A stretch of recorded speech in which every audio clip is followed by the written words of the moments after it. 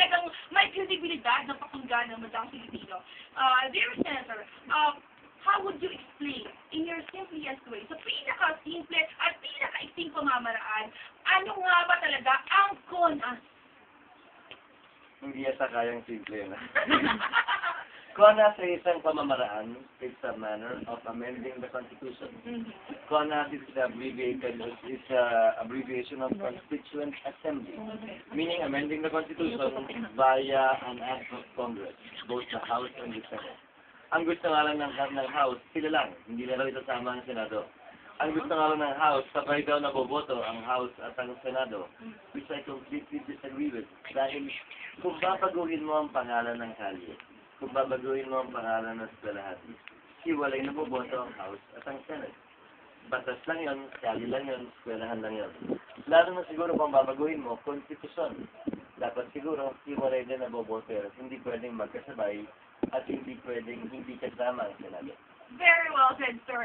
If I am your fair godmother for now, what would you wish for the Filipino people or for the Philippines for the year 2010? Tatlong wishes, Senador. Tatlo lang. Tatlong wish. Sana kung sino yung mananalo at uupo na presidente, tapos yun talaga yung pinili ng tao at hindi na nakawin yung boto ng Pilipino. Sa araw ng eleksyon, nagkakapantay-pantay ang bawat Pilipino.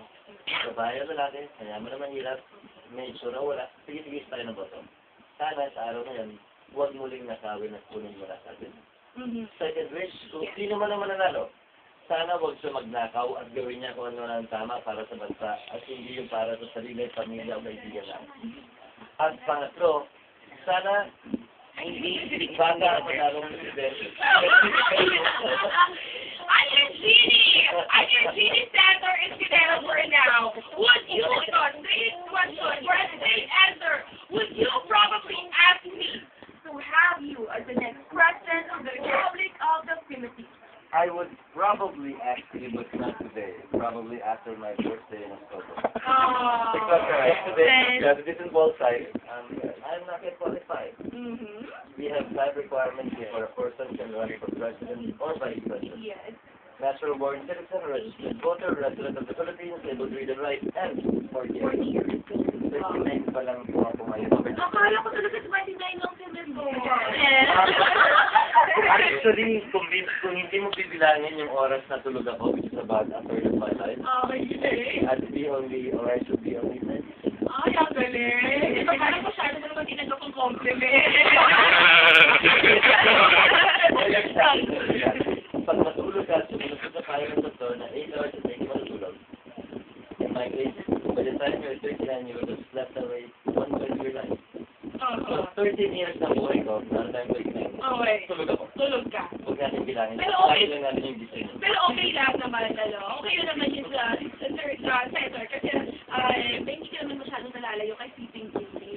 Kung complexion, di ba? Kung complexion, habang buwan ang pag-usapan. But anyway, sir, I'm not trying to campaign for you, but honestly, I'm so proud to say isa ako sa mga bumoto sa inyo nung last election.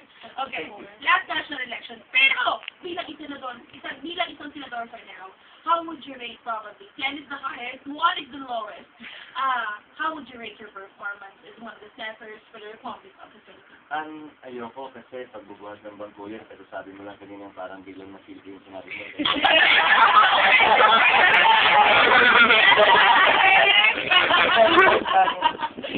Hindi ko gabi magbuhat ng bangko. Siguro kaya natin yung mga tao na magsabi kung pasado o hindi, kung bagsak o hindi, pero pasado, okay na rin sa kanya. What is student? Pasado hindi! Pasado! Wow! May pinakamahalan si Senador, malapit sa mga kababaihan at mga kabataan. Final words, Sir Senator, para sa mga madlang Pilipino, sa mga madlang Ilonggo, sa mga kabisyo na nakikinig sa mga oras na ito, what can be your final words na pwede nilang isipin at, alalahanin for the rest of their lives? Ang lalim naman bigla nun. Saro? Siguro, pagpaalala sa kabataan Pilipino na hindi lamang tayo pag-asa ng bayan, tayo dapat maasahan na ng bayan. Dahil kailan man hindi ka pansahan ng pagiging bata at hindi ka kawalan ng karunsan. Being young is not a handicap and lacking an experience should not in any way be viewed as a shortcoming. And having said that, I would like to have a longer period of engagement sa ating mga kababayan sa pamamagitan ng modernong teknolohiya tulad ng Twitter. Tulad ng Twitter. Sa Twitter, I'm at Seichi. Okay. We have a website. It's cheesenation.com. Okay, gana, cheesenation.com. Ang aming Facebook ay francis_cheese1010@yahoo.com. Wow, kompleto. Hi, friends. Siyempre, may Friendster pa nga ako eh. Hi, friends. Ang aming Friendster ay escudero2010@yahoo.com. Oh, wow. But may we invite you especially to join us in our website at Cheese Nation for an opportunity to engage and listen to your views and thoughts. Ayun. Maraming salamat. Mga kadisyo natin nakikinig sa mga oras na ito, buong Western Visayas. Ayan, kahit kailan, isa lang masasabi ng lisibista, masarap pa rin talaga ang pagbata. Di ba? Kahit anong paraan, kahit ano hindi, masarap pa rin talaga ang pagbata. Mrs. Padero, thank you so much for coming over. Maraming salamat. Again, it's my distinct honor and pleasure. Maraming salamat at magandang umaga. Girl, thank you so much.